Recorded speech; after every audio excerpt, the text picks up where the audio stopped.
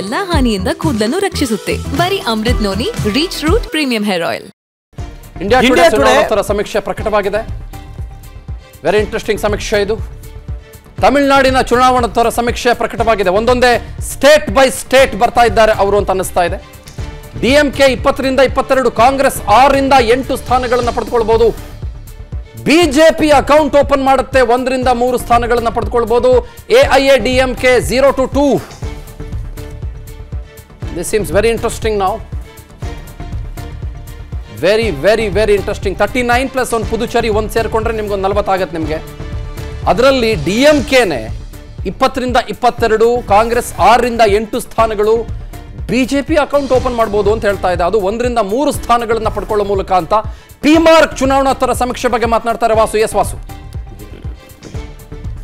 NDA 359, INDI 154, others 30 ಅಂತ ಹೇಳ್ತಾ ಇದೆ ಪಿಮಾರ್ಕ್ ಚುನಾವಣೋತ್ತರ ಸಮೀಕ್ಷೆ. ಇನ್ನೊಂದು ಕಡೆಯಿಂದ ಇಂಡಿಯಾ ಟುಡೇ ಆ ಚುನಾವಣೋತ್ತರ ಸಮೀಕ್ಷೆ ಕೂಡ. ಇನ್ನೊಂದು ಕಡೆ ಕರ್ನಾಟಕದ ಸಮೀಕ್ಷೆ ಪ್ರಕಟಿಸಿದೆ ಪೋಲ್ ಸ್ಟಾಟ್. ಕರ್ನಾಟಕದಲ್ಲಿ ಏನು ಬಿಜೆಪಿ 18 ಅಂತ ಹೇಳ್ತಾ ಇದೆ, ಕಾಂಗ್ರೆಸ್ 8 ಅಂತ ಹೇಳ್ತಿದ್ದಾರೆ, ಜೆಡಿಎಸ್ 20. ಅಂದ್ರೆ ಬಿಜೆಪಿ ಪ್ಲಸ್ ಜೆಡಿಎಸ್ 20 ಅಂತ. 20 ಪ್ಲಸ್ 8 28 ಟೋಟಲ್ ಇರೋದು. ಬಿಜೆಪಿ 18, ಕಾಂಗ್ರೆಸ್ 8, ಜೆಡಿಎಸ್ 8 ಅಂತ ಹೇಳ್ತಾ ಇದೆ ಈ ಸಮೀಕ್ಷೆ ಪೋಲ್ ಸ್ಟಾಟ್. ಹಾಗಾದ್ರೆ ಜೆಡಿಎಸ್ 2 ಸ್ಥಾನಗಳನ್ನ ಅಂತಂದ್ರೆ ಅವರು ಬಹಳ ನಿರೀಕ್ಷೆ ಇಟ್ಕೊಂಡಿರೋದು ಕೋಲಾರದ ಮೇಲೆ, ಮಂಡ್ಯದ ಮೇಲೆ ಮತ್ತು ಹಾಸನದ ಮೇಲೆ. ಸೊ ಅಕಾರ್ಡಿಂಗ್ ಟು ದಿಸ್ 2 ಸ್ಥಾನ. 2 ಸ್ಥಾನ ಅಂತಂದ್ರೆ ಯಾವುದನ್ನು ಗೆಲ್ಬೋದು ಅನ್ನೋದು ಗೊತ್ತಿಲ್ಲ.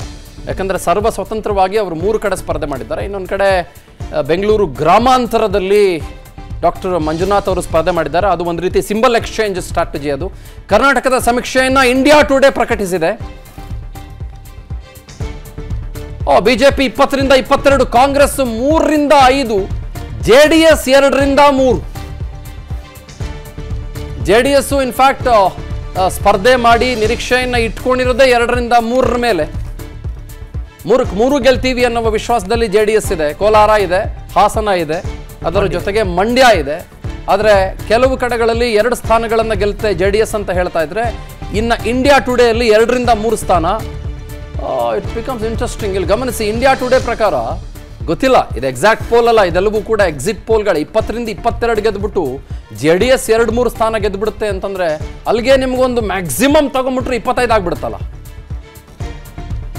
ಓಕೆ, ಬಟ್ ಕಾಂಗ್ರೆಸ್ಸು ಎಲ್ಲ ಸಮೀಕ್ಷೆಗಳಲ್ಲೂ ಕೂಡ ನಮಗೆ ಒಂದು ಸ್ಪಷ್ಟವಾಗಿ ಕಾಣಿಸ್ತಾ ಇರೋದೇನಪ್ಪ ಅಂತಂದ್ರೆ, ಕಾಂಗ್ರೆಸ್ಸು ಕಳೆದ ಸಲ ಗೆದ್ದಿದ್ದು ಬೆಂಗಳೂರು ಗ್ರಾಮಾಂತರ ಮಾತ್ರ. They had only 1 constituency in their kitty. ಇಲ್ಲಿ ಎಲ್ಲ ಸಮೀಕ್ಷೆಗಳಲ್ಲೂ ಕೂಡ Congress basic minimum, bare minimum 3 ಸ್ಥಾನಗಳನ್ನು ಪಡೆದುಕೊಳ್ಳುತ್ತೆ ಅಂತ ಹೇಳ್ತಾ ಇದ್ದಾರೆ.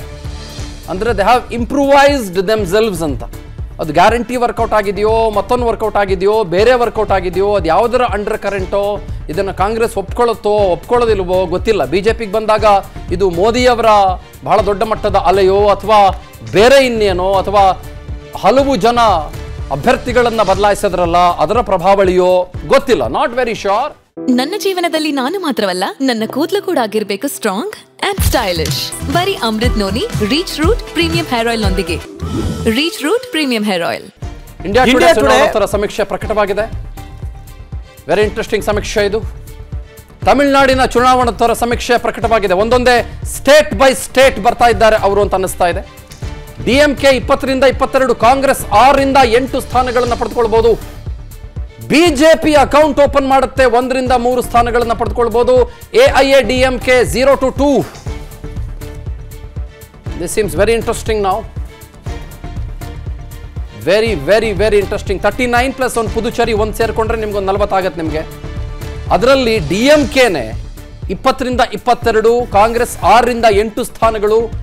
ಬಿಜೆಪಿ ಅಕೌಂಟ್ ಓಪನ್ ಮಾಡಬಹುದು ಅಂತ ಹೇಳ್ತಾ ಇದೆ. ಅದು 1ರಿಂದ 3 ಸ್ಥಾನಗಳನ್ನು ಪಡ್ಕೊಳ್ಳೋ ಮೂಲಕ ಅಂತ ಪಿಮಾರ್ಕ್ ಚುನಾವಣೋತ್ತರ ಸಮೀಕ್ಷೆ ಬಗ್ಗೆ ಮಾತನಾಡ್ತಾರೆ Vasu. Yes Vasu. NDA 359, INDI 154, others 30 ಅಂತ ಹೇಳ್ತಾ ಇದೆ ಪಿಮಾರ್ಕ್ ಚುನಾವಣೋತ್ತರ ಸಮೀಕ್ಷೆ. ಇನ್ನೊಂದು ಕಡೆಯಿಂದ ಇಂಡಿಯಾ ಟುಡೇ ಆ ಚುನಾವಣೋತ್ತರ ಸಮೀಕ್ಷೆ ಕೂಡ. ಇನ್ನೊಂದು ಕಡೆ ಕರ್ನಾಟಕದ ಸಮೀಕ್ಷೆ ಪ್ರಕಟಿಸಿದೆ ಪೋಲ್ ಸ್ಟಾಟ್. ಕರ್ನಾಟಕದಲ್ಲಿ ಏನು ಬಿಜೆಪಿ 18 ಅಂತ ಹೇಳ್ತಾ ಇದೆ, ಕಾಂಗ್ರೆಸ್ 8 ಅಂತ ಹೇಳ್ತಿದ್ದಾರೆ, ಜೆಡಿಎಸ್ 20. ಅಂದ್ರೆ ಬಿಜೆಪಿ ಪ್ಲಸ್ ಜೆಡಿಎಸ್ 20 ಅಂತ, 20 ಪ್ಲಸ್ 8 28 ಟೋಟಲ್ ಇರೋದು. ಬಿಜೆಪಿ 18, ಕಾಂಗ್ರೆಸ್ 8, ಜೆಡಿಎಸ್ 8 ಅಂತ ಹೇಳ್ತಾ ಇದೆ ಈ ಸಮೀಕ್ಷೆ ಪೋಲ್ಸ್ ಟ್ರ್ಯಾಕ್. ಹಾಗಾದ್ರೆ ಜೆಡಿಎಸ್ 2 ಸ್ಥಾನಗಳನ್ನ ಅಂತಂದ್ರೆ ಅವರು ಬಹಳ ನಿರೀಕ್ಷೆ ಇಟ್ಕೊಂಡಿರೋದು ಕೋಲಾರದ ಮೇಲೆ, ಮಂಡ್ಯದ ಮೇಲೆ ಮತ್ತು ಹಾಸನದ ಮೇಲೆ. ಸೊ ಅಕಾರ್ಡಿಂಗ್ ಟು ದಿಸ್ 2 ಸ್ಥಾನ. 2 ಸ್ಥಾನ ಅಂತಂದ್ರೆ ಯಾವುದನ್ನು ಗೆಲ್ಬೋದು ಅನ್ನೋದು ಗೊತ್ತಿಲ್ಲ. ಯಾಕಂದ್ರೆ ಸರ್ವ ಸ್ವತಂತ್ರವಾಗಿ ಅವರು 3 ಕಡೆ ಸ್ಪರ್ಧೆ ಮಾಡಿದ್ದಾರೆ. ಇನ್ನೊಂದು ಕಡೆ ಬೆಂಗಳೂರು ಗ್ರಾಮಾಂತರದಲ್ಲಿ ಡಾಕ್ಟರ್ ಮಂಜುನಾಥ್ ಅವರು ಸ್ಪರ್ಧೆ ಮಾಡಿದ್ದಾರೆ. ಅದು ಒಂದು ರೀತಿ ಸಿಂಬಲ್ ಎಕ್ಸ್ಚೇಂಜ್ ಸ್ಟ್ರಾಟಜಿ. ಅದು ಕರ್ನಾಟಕದ ಸಮೀಕ್ಷೆಯನ್ನ ಇಂಡಿಯಾ ಟುಡೇ ಪ್ರಕಟಿಸಿದೆ. ಬಿಜೆಪಿ 20 ರಿಂದ 22, ಕಾಂಗ್ರೆಸ್ 3 ರಿಂದ 5, ಜೆಡಿಎಸ್ 2 ರಿಂದ 3. ಜೆಡಿಎಸ್ ಇನ್ಫ್ಯಾಕ್ಟ್ ಸ್ಪರ್ಧೆ ಮಾಡಿ ನಿರೀಕ್ಷೆಯನ್ನ ಇಟ್ಕೊಂಡಿರೋದೇ 2 ರಿಂದ 3 ಮೇಲೆ. 3 ಗೆಲ್ತೀವಿ ಅನ್ನುವ ವಿಶ್ವಾಸದಲ್ಲಿ ಜೆಡಿಎಸ್ ಇದೆ. ಕೋಲಾರ ಇದೆ, ಹಾಸನ ಇದೆ, ಅದರ ಜೊತೆಗೆ ಮಂಡ್ಯ ಇದೆ. ಆದರೆ ಕೆಲವು ಕಡೆಗಳಲ್ಲಿ 2 ಸ್ಥಾನಗಳನ್ನು ಗೆಲ್ಲುತ್ತೆ ಜೆಡಿಎಸ್ ಅಂತ ಹೇಳ್ತಾ ಇದ್ರೆ, ಇನ್ನು ಇಂಡಿಯಾ ಟುಡೇ ಅಲ್ಲಿ 2 ರಿಂದ 3 ಸ್ಥಾನ. It becomes interesting. ಇಲ್ಲಿ ಗಮನಿಸಿ, ಇಂಡಿಯಾ ಟುಡೇ ಪ್ರಕಾರ ಗೊತ್ತಿಲ್ಲ, ಇದು ಎಕ್ಸಾಕ್ಟ್ ಪೋಲ್ ಅಲ್ಲ, ಇದೆಲ್ಲವೂ ಕೂಡ ಎಕ್ಸಿಟ್ ಪೋಲ್ಗಳು. 20 ರಿಂದ 22 ಗೆದ್ಬಿಟ್ಟು ಜೆಡಿಎಸ್ 2-3 ಸ್ಥಾನ ಗೆದ್ಬಿಡುತ್ತೆ ಅಂತಂದ್ರೆ ಅಲ್ಲಿಗೆ ನಿಮ್ಗೊಂದು ಮ್ಯಾಕ್ಸಿಮಮ್ ತಗೊಂಡ್ಬಿಟ್ರೆ 25 ಆಗ್ಬಿಡುತ್ತಲ್ಲ. ಓಕೆ, ಬಟ್ ಕಾಂಗ್ರೆಸ್ ಎಲ್ಲ ಸಮೀಕ್ಷೆಗಳಲ್ಲೂ ಕೂಡ ನಮಗೆ ಒಂದು ಸ್ಪಷ್ಟವಾಗಿ ಕಾಣಿಸ್ತಾ ಇರೋದೇನಪ್ಪ ಅಂತಂದ್ರೆ, ಕಾಂಗ್ರೆಸ್ಸು ಕಳೆದ ಸಲ ಗೆದ್ದಿದ್ದು ಬೆಂಗಳೂರು ಗ್ರಾಮಾಂತರ ಮಾತ್ರ. They had only 1 constituency in their kitty. ಇಲ್ಲಿ ಎಲ್ಲ ಸಮೀಕ್ಷೆಗಳಲ್ಲೂ ಕೂಡ ಕಾಂಗ್ರೆಸ್ಸು ಬೇರ್ ಮಿನಿಮಮ್ 3 ಸ್ಥಾನಗಳನ್ನು ಪಡೆದುಕೊಳ್ಳುತ್ತೆ ಅಂತ ಹೇಳ್ತಾ ಇದ್ದಾರೆ. ಅಂದರೆ ದೇ ಹ್ಯಾವ್ ಇಂಪ್ರೂವೈಸ್ಡ್ ದೆಮ್ಸೆಲ್ವ್ಸ್ ಅಂತ.